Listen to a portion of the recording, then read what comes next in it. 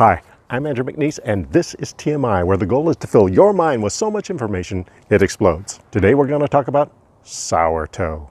Spoiler alert, there will be an ooh factor.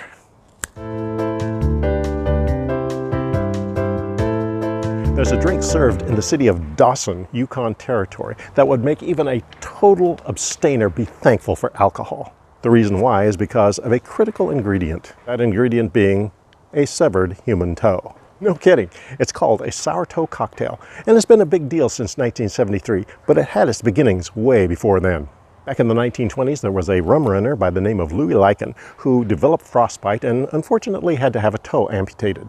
Evidently, he had a sentimental attachment to the detached toe, and he kept it in a jar of alcohol. Some 50 years later, that jar was discovered by a Yukon local named Dick Stevenson. He took it to the Sourdough Saloon and plunked it into the glass of anyone who was willing to drink from it. And with that, the Sour Toe Cocktail Club was born. But wait, there's more. The original toe only lasts another 7 years beyond that, being lost when a local miner by the name of Gary Younger decided to go for the sour toe record.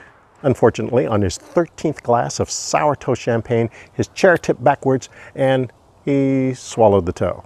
Unfortunately, the toe was never recovered. But wait, there's still more. Toe number 2 was donated after an amputation from an inoperable corn. Ooh. Toe number 3 came from another frostbite victim, and unfortunately, that one was accidentally swallowed as well.